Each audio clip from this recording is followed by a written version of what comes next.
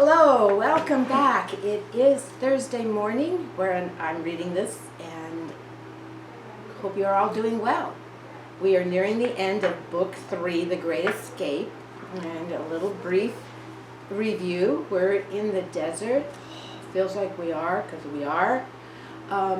And Peter, Mary, and Hank are dealing with the plagues. God sent plagues because Moses asked the Pharaoh, the king of Egypt, to let his Israelites go. And Pharaoh wouldn't, so they sent frogs and gnats and boils, and they turned the Nile River into blood. And so, let's find out. We're almost at the end, so let's find out if they're going to solve the message in time. Okay, here we go. Previously on The Great Escape, Mary handed her the royal dagger. Her is Sapphira, the Pharaoh's daughter, remember? And she said, "This belongs to you." "No," said Princess Sapphira. "It belongs to royalty," meaning people who are kings. Mary winked at her. "Like I said, this belongs to you." Princess Sapphira hugged Mary tightly. "Thank you." "Let's go, now," said Peter. "Stop, thieves!" the captain shouted from the floor. And now chapter 9, The Great Sphinx. "Guards!" shouted the captain. "Get them!" The royal guards came running from all over the palace with their swords drawn. "Run!" said Princess Sapphira. Mary and Peter darted out the palace doors and toward the river. "Michael!" shouted Peter. "We could use a little help here." A flash of light flew over their heads. Bang! The palace doors slammed shut. Peter looked back. Michael was standing with his wings spread wide, holding the doors closed. "Get to the desert," said Michael. "I will take care of the guards." Peter grabbed the bag from Hank, and they ran beside the Nile River, full of blood, to the desert. Peter stopped and bent over to catch his breath. I think we're safe now," he said. Mary sat under a palm tree, panting. "Oh, let's get the scroll out and see why it was shaking." Remember, the scroll shakes every time they solve another word? The scroll shook again. Peter unrolled it, and 3 of the hieroglyphic symbols glowed and transformed into the words "and," "will," and "you."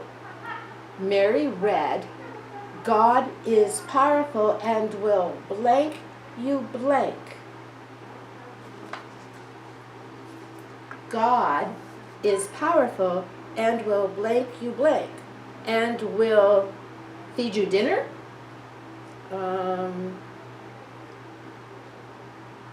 Make you pizza? I don't know. What do you think those last 2 words are? Well, we'll find out soon enough. God is powerful and will blank you blank. "We only have 2 words left," said Peter. "What do we do now?" "I guess we wait for Michael," said Mary. The sun set behind the pyramids. Peter and Mary drifted off to sleep under the star-filled desert sky. The rising sun woke Peter. He was relieved that the guards had not found them. Peter shook Mary's shoulder. "I'm tired of waiting," he said. "Let's explore." Mary agreed. They climbed to the top of a sand dune. It's like a hill made all of sand. Mary took the binoculars out of the bag and looked across the desert. "There's the Great Sphinx," said Mary. "We have to go see it." They walked and walked and walked. It was farther away than it looked. Suddenly, thick, dark clouds filled the sky, and a few raindrops landed on Peter's head. And lightning struck the desert sand. And then it started raining hard. "I hope we don't have another flood," said Peter. Hank ran ahead Peter and Mary walked faster toward the great Sphinx. Thud! Something hit the sand next to Peter. He picked up a ball of ice the size of a golf ball. Thud, thud, thud, thud, thud. More slammed into this sand, and now they were the size of baseballs. "It's hail! Run!" shouted Mary. They dashed and darted and dodged the hail. They ran between the paws of the great Sphinx and dove into the entrance. The hail pounded against the Sphinx, but they were safe. "Oh, that was close," said Peter. "I guess Pharaoh still won't let them go," said Mary. So I think the hail was God's sending another plague. Hail, the size of baseballs. Those of you who play baseball know how big that is. And those of you who have played golf know how big those hailstones are. "It looks like we're stuck here," said Peter. "Well, that's okay. Let's explore," said Mary. Peter took out the flashlight, and they headed deep into the Sphinx. Peter saw some light coming from a room at the end of the hallway. Hank barked and ran into the room. Peter and Mary ran in after him. "Wow," said Mary. The large room glowed with flickering candles, and shelves filled with scrolls lined the walls, kind of like an ancient library. "This must be an ancient library," said Mary. Hank growled at something in the corner. Peter shined his flashlight toward it. Two glowing yellow eyes appeared in the shadows. The Black Panther crept into the light. Not you again," said Peter. Hank growled at the big cat. Peter and Mary stood back to back in the middle of the library as the Black Panther snarled and crept in a circle around them. "Midnight, come here," said a deep voice from a shadowy corner. Peter turned his light that way. This time, the great magician's eyes glittered back at him. "Well, look who decided to visit my little library," said the great magician. The Black Panther sauntered over and curled up at his feet. When you saunter, it means you kind of like walk slowly, like when you are walking through the mall and looking at the stuff in the windows. You just kind of walk, you saunter, you walk slowly, you wander. "I believe you have already met Midnight," said the great magician. "How do you know?" said Mary. "I know many things." The great magician walked over a shelf and grabbed a scroll. "This scroll contains many secrets. Would you like to read it?" No thanks," said Peter. He kept his eyes on the panther. "How about you, Mary?" the great magician asked. Mary started to reach for the scroll. She loved secrets. Peter grabbed her arm. I think we should be going now. It sounds like the rain stopped." "You just got here," said the great magician. "Stay. I have much to teach you." He pointed, and Midnight ran to block the doorway. The panther showed its fangs and roared. I guess we can stay a little longer," said Peter nervously. "I will make a deal with you," said the great magician. "I will let you go if you trade my scroll for the scroll in your bag." "How did you know I had a scroll?" said Peter. He slowly pulled the scroll out of the bag and looked at it. "I know a lot about you three," said the great magician. "We have met before." "When?" said Mary. "Long time ago," said the great magician. "You were in a garden." He pointed his snake-shaped staff at Mary. "You kicked me, and there was a great flood that you escaped somehow." "Well, we should have known it was you, Satan," said Mary. Hank stepped in front of Mary and growled. "Give me that scroll," said the magician. Peter gripped the scroll tightly. You'll never get it. Do you think you children can stop my plan to crush God's people? Said the great magician. No, said Peter, but God can. The great magician laughed. Where is God? He said. You are all alone. He swung his staff and knocked the scroll out of Peter's grip. Midnight crouched low, ready to jump at them. We are not alone, said Peter. God is always with us. God is always with us. Suddenly, a rushing wind blew through the room, extinguishing the candles. I wonder if that was Michael. Maybe. A ball of light flew into the room and slammed into Midnight. Definitely had to be Michael. The panther slid across the floor and knocked over a shelf. Hundreds of squirrels rolled across the floor. Oh no, said Mary. Which one is ours? The ball of light transformed into Michael. It is too late, said the great magician. Pharaoh will never let God's people go. It is never too late for God, said Michael, and he drew his flaming sword and swung. Peter and Mary got on their hands and knees and searched for the scroll. I can't find it, said Mary. Peter looked over his shoulder. He saw a blur of black fur, fangs, purple, and light. So the fur of the fangs has to be Midnight, the Black Panther. The purple has to be the great magician because he was all dressed in purple. And the light. Candle stands and shelves crashed to the floor. More scrolls, said Mary. We're never going to find it. Hank dug through the scrolls and barked. Peter ran across the library, ducking under Michael's swinging sword.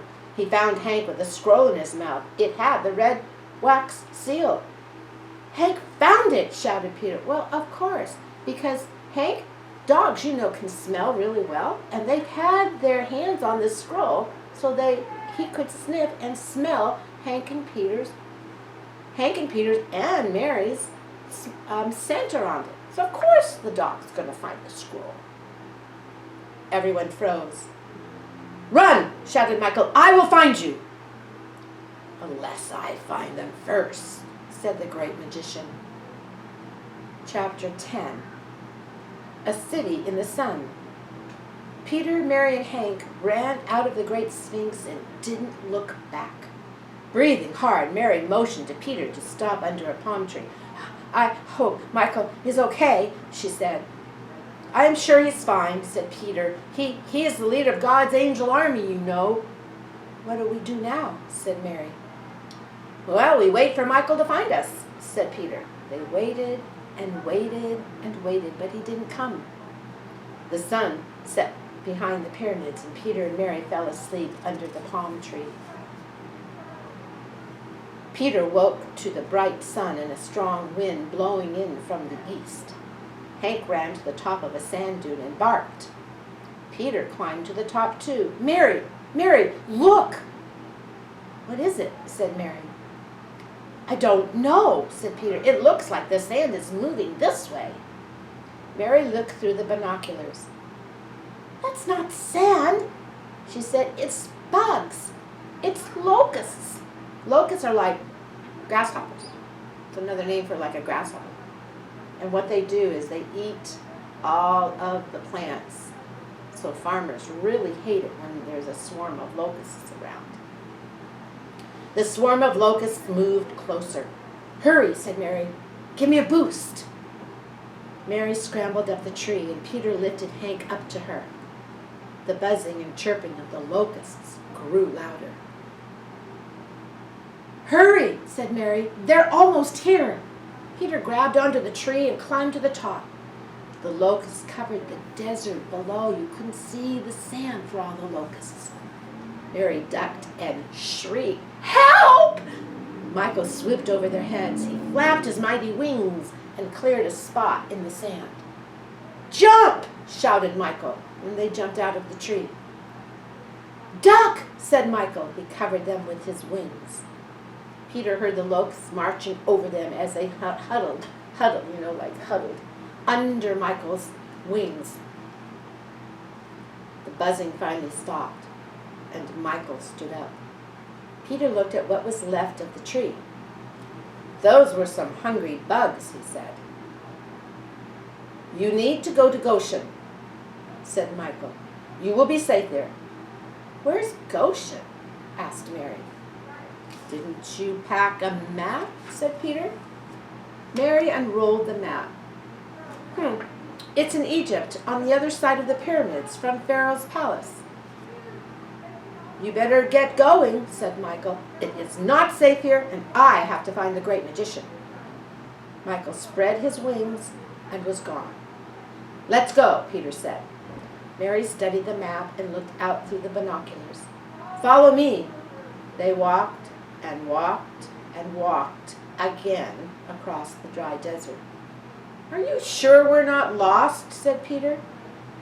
Mary looked at the map again. "I'm sure. Look, pyramids." A strong wind blew from the west. This time, first it was the east. Now it's from the west. Peter heard the buzzing sound again. "The locusts are coming back." Peter, Mary, and Hank ran to the pyramids. The wind blew harder, and the buzzing grew louder, and they found a small entrance and wriggled in, and the swarm of locusts flew past them. Darkness filled the pyramid. It seems a little early for it to get so dark," said Peter. "I guess we will have to stay here tonight," said Mary. Peter stretched and rubbed his eyes. It should have been morning, but it was completely dark outside. "Mary! Hank! Where are you?" "I'm right here," said Mary, and she reached out and touched his shoulder. "Am I blind?" said Peter. "No," said Mary. "It's just really dark." "The darkness is so thick I can almost feel it," said Peter. "How will we find our way to Goshen?" "Try your flashlight," said Mary. Peter turned on the flashlight, but it didn't help much. They stumbled out of the pyramid into the darkness. Peter was glad there weren't many things to trip over in the desert. It was pretty flat, except for sand dunes. Here we go again. They walked and walked and walked. "How long have we been walking?" asked Peter. "Long time," said Mary. "I don't even know where we are." Hank barked, and Peter saw a small light appear in the distance. "I hope it's not the great magician." The light grew brighter. It was Michael's flaming sword. "There you are," said Michael. "It was hard to find you in this darkness." Mary shielded her eyes from the bright sword.